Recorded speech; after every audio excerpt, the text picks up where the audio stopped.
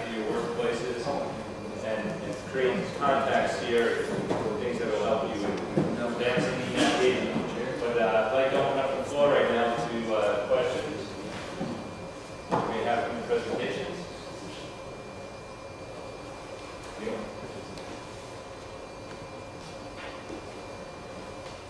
Right.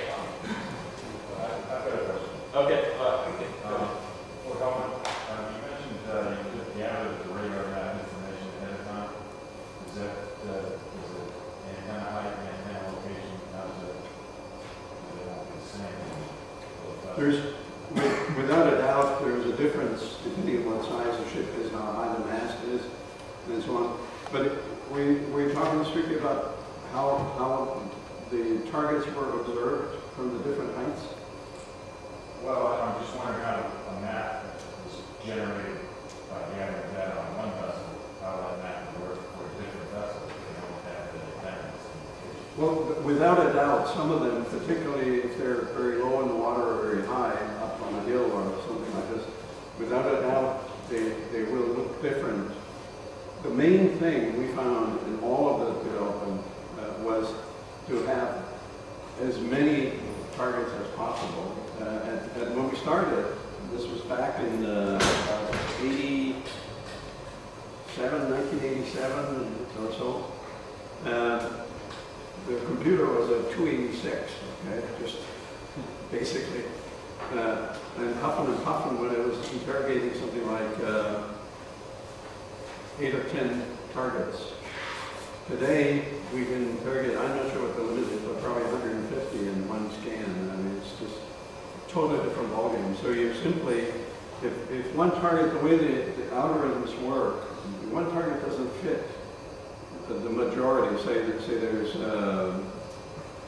nowadays, say there's 20 or so targets very well fitting within the pattern where it expects them, and one doesn't fit, it just doesn't use it in the calculation. So some of them sometimes are blocked, sometimes multipath, they fade out into multipath. And you saw on some of these reflectors we had usually two on top of one another to deal with multipath cancellation. That worked quite well. And in fact, in most cases, I think it deals with that. But yes, there's a difference for sure.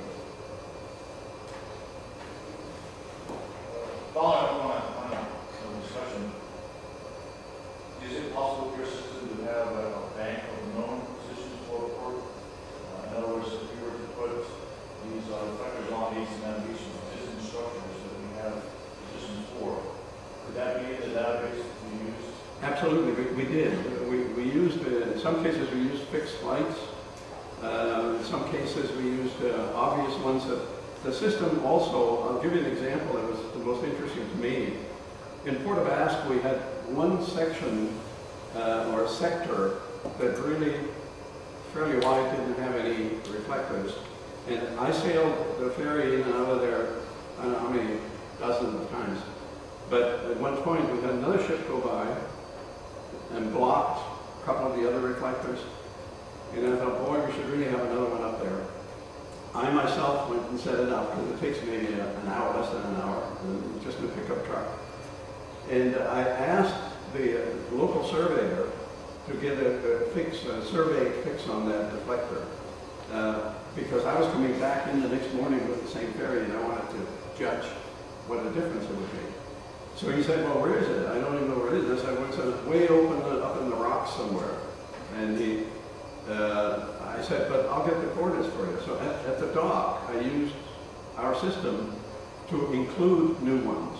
It'll basically, once it has a good fix, it'll add additional ones and actually present them to us and say, we want to use this, we want to use that. He scrambled up there that afternoon while I was sailing back over to the other side, and called me late that night, and he said, where'd you get those coordinates?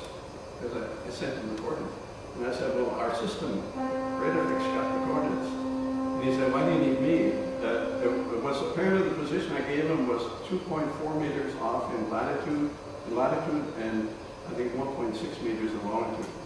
So he said, you know, so what I'm saying is we could add additional targets and additional, by letting the system do it themselves. So. So just to follow along, I'll stop there. If you're in a void planning process, you can review which import where these things are and select them, so to speak, and talk. Actually letting the system suggest to us which ones it wants to use. You know, if you get a good target from one specific position, that doesn't really say much because you could move, 50 meters this way and may no longer show up well. So the system, as you go through there, either in a preliminary test run, will tell us, as it's monitoring all the targets that are visible to it, it'll tell us which ones are recommended to use and which ones it suggests not to use. But what I'm saying, we can pick, or the system can pick the best ones, or the most reliable ones. And as always in any of these types of systems, and I don't mean just radar, I mean in general, the more targets, the more measurements, the more reliable and the more accurate the system became. So, and we could emphasize saying we want real good accuracy here or there. Well, and I think of here of your presentation, that's a sensor out there, it's a bunch of information, and then I link it to what David talked about, communicating that. Yep. So my question, I'll come back to you in a second, but I go to David. So David, when you talked about, gave your presentation on the Maritime Cloud, the amount of information that can go through AIS, this sounds like something that might take a lot of bandwidth. Maybe, so how do you make a divide between what should go over AIS? Well, you would have to prioritize it, and of course the ship itself would have to prioritize, because I don't know how much data it would really be. A lot of these things when you're looking at it, it's not that much data transfer compared to going to Facebook or all. It's relatively small amount of data compared to what the internet's actually designed to handle. And with the higher capabilities, a lot of satellites can handle it right now, no problem. But you would need to sort of specify. Of course, when you switch to a lower carrier frequency, for instance, AIS is not available, you will get a lower quality of service. So you would be able to switch between the varying qualities of the varying network, and thus, if you're running it strictly over AIS, there's going to be more limitation than if you're running it purely on satellite. Okay, so you're saying the tiered levels of service? Yes. No. All right, thank you. Here, do you have any comment back on what happened to scope? No, I have a different comments I can make. Okay, all right. Yes, please. Barry, you showed some timelines, 2015, 2030, as the technology would be implemented. Correct. And I have two questions. One is, to what extent was that based on technology, regulation approval, or funding? And then secondly, you talked about new business models. And could you talk about, particularly related to funding, and the new business models, if there are new business models that would bring that timeline forward and those kind of things? That's another talk, really. It's a complicated question, but a very good one. I think that what we are looking at in that timeline right now is what we think will actually happen around Europe with the current funding models, with the current business model, and the transformation we're looking at. So basically, a very, very important component for us in this is the funding from the European Union, where, to make it simple, you can say that 50% of the expenses for this is really paid by the European Commission, 50% is paid by private industry. So it's a kind of a seed funding mechanism that will make these things happen. Then obviously there can be technological developments and that actually accelerates it, or maybe the worst case slows it down. Unfortunately, as all engineers know, there is something else that actually drives development, and that is disasters. We sincerely do absolutely not hope for any kind of disasters, that being environmental or other. But obviously the reason we get now is of 2.0 is so fast on the way, Costa Concordia cannot be hidden. The cruise line industry and the European Union is basically saying that this shall never ever happen again.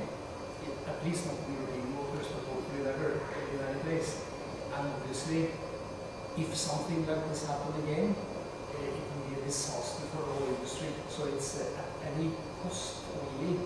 The cruise liner, as you probably know, noticed some of you Carnival Corporation, it's a part of Annalisa 2.0, with 104 cruise liners, is a pretty significant contributor, and they basically say that whatever it takes, we will not have another Costa.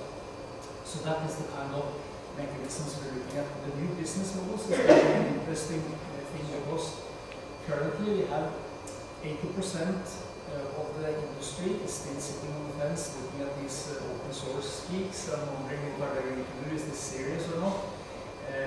Whilst more and more of those that are on the fence are saying, well, what is the cost of not doing this? They cannot see an alternative in their current business domain. So the technology people are talking to higher management saying, okay, how can we start experimenting with what we're proposing to make it a different world? One thing I didn't mention that I want to mention here is that you may think that this is some kind of weird European idea, some geeky guys from a small island and so on that have come up with it, but actually the main source of inspiration for MARSA is from very close to here. It's the US Navy. I don't know if you're aware of the US Navy's Open Architecture Program. It is a phenomenal revolution that they have actually introduced in the past 15 years. It's been operational now, and they talk about it openly since, I guess, 2004, they started to publish data. I was at a conference in San Diego in 2011 at the naval base there, where they presented the current state of affairs. In the entire fleet, including submarines, they are currently changing all onboard hardware and software every 4th year. And not in the refit mode, they do it in what they call continuous technology insertion. They have their own app store. A story from my own waters was during the Libyan crisis. The commander and the people on all the battleships that were there, US battleship, concluded that the weather data they had were basically completely inadequate. They sent off to the App Store in San Diego a request on the open architecture framework to get a new app developed for weather data for revision. 23, not days, not weeks, hours later, a commercial company here in the US delivered an app, sent it to the battleship. They downloaded weather data from the internet, and they had the most perfect in-battle weather data they've ever had. So this is the kind of thing that the US Navy is doing. We believe that that's a very good reference, saying that if they can do it, we can certainly do it. Obviously, they don't do it in a community fashion because they have the budget to maintain this reference architecture themselves. But to be honest, they are actually now looking at opportunities to also make the architecture itself a community-driven thing, pick the best brains in the world without paying anything for it. So it's a very interesting development. How do you reconcile, you used Linux as an example, how do you reconcile your vision with the discussion on software quality control and quality assurance, which is a tremendous concern for a shipping company making, navigational routing decisions, etc. Could you talk about that?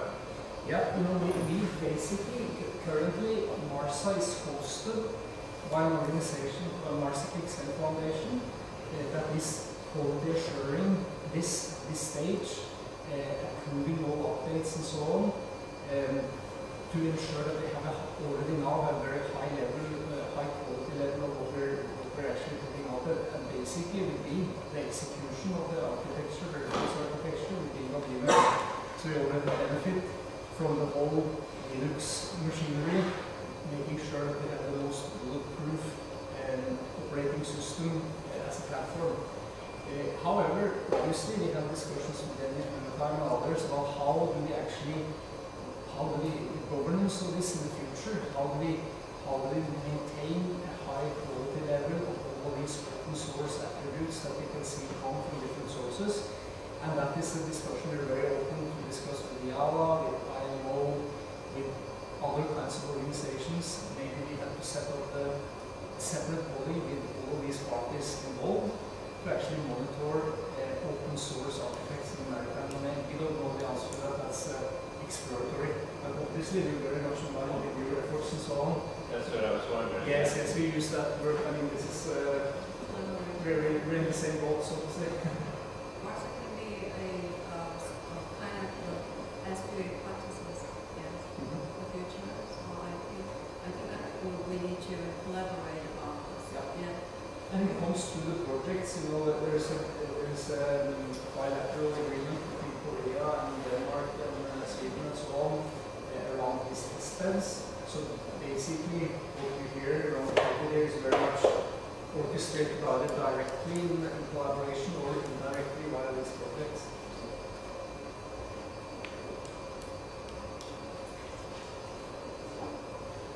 Anyone else?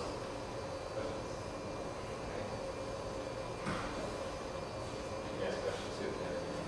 Questions too. To the audience. All right. Well,